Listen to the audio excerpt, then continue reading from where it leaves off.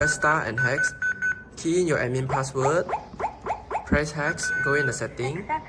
So you can see first is user manage. Press 1. Add admin. Press 1.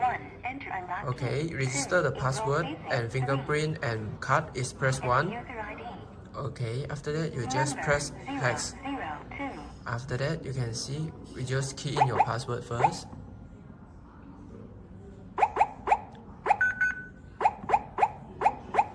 Okay, double key in your password. Okay, already registered.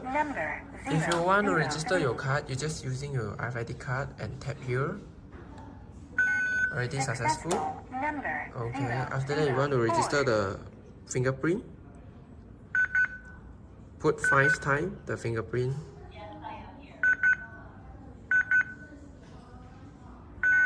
Already registered. So if you want to register your face, you can see press 1 time the star.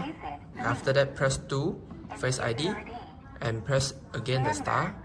Okay, just look around the camera. Turn face left slightly.